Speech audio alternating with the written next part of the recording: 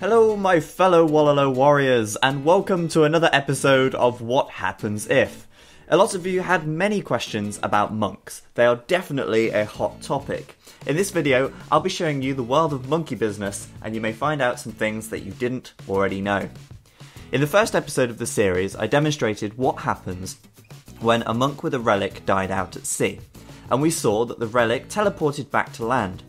However, some of you asked what would happen if the land was blocked up, and then the ship was destroyed with the relic in.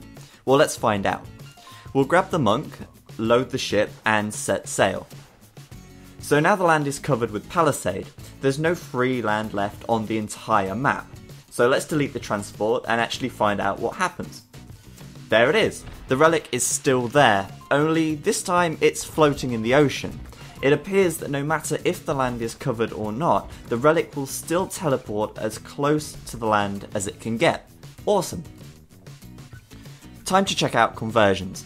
There's a lot of interesting stuff related to conversions of buildings and units. A lot of people were asking, what happens if a building is converted whilst it has units inside or units queued inside of it? I'm going to spend all of my hard-earned cash on 10 Eagle Warriors. I've spent it all. Now, let's set their gather point to the barracks so that they garrison inside. I'm going to delete this outpost and let's watch what happens. The green monk is starting to convert the barracks.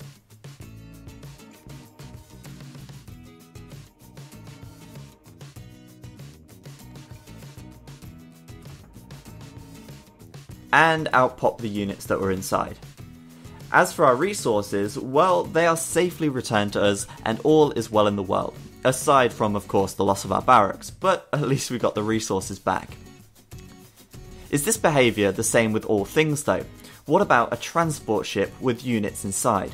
They can't just pop out when they're in the middle of the ocean and teleport back to land like a relic, can they? Well, we'll find out by converting these two ships. My Wololo warrior is doing a good job. So the ships are now mine, and so are the Red's units. They're inside the ships and they still belong to Red, but the ship belongs to me. This is great. Red can't unload them, and although the units aren't mine, I can destroy the ship and, well, the units disappear too. That does seem though like an awful waste of a good transport ship. Maybe this method would work best instead.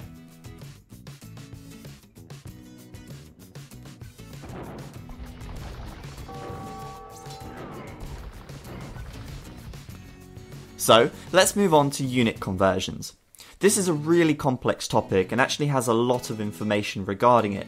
So, if you're interested in reading further information, then check the link in the description to this video to AOK Heaven. For now though, I'll do some simple demonstrations and give you some information. First, we'll attempt to convert a knight with a single monk. Now the amount of time it takes to convert the knight can fluctuate between a short amount of time, a long amount of time, and anywhere in between. Some people believe that it's actually possible to convert a unit instantly if you have enough monks on the job. In this situation I have 40 monks all converting a single knight. As you can see, it's not instant, but it didn't take long at all. And this is because there's a minimum conversion time for each unit, which is determined by many different variables. By converting a unit with many monks, you're able to convert the unit in the shortest time possible, although that time is never going to be instant.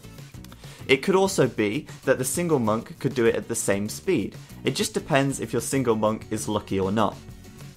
There is, however, one trick. One tiny golden nugget of information that I will leave you with.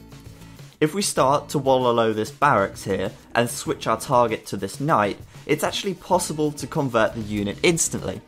This is because the building takes many Wololos to convert, but a unit takes much less. By switching target, we use all of those Wololos that we gave to the building and then we suddenly dump them on the knight. This unit is then so overwhelmed by our religious argument that it will convert to our side instantly. So there you have it, monkey business at its finest. Thanks for watching. If you enjoyed this video, please give it a like and comment below to leave suggestions for future topics. As usual, I've been Zach, and I will see you next time.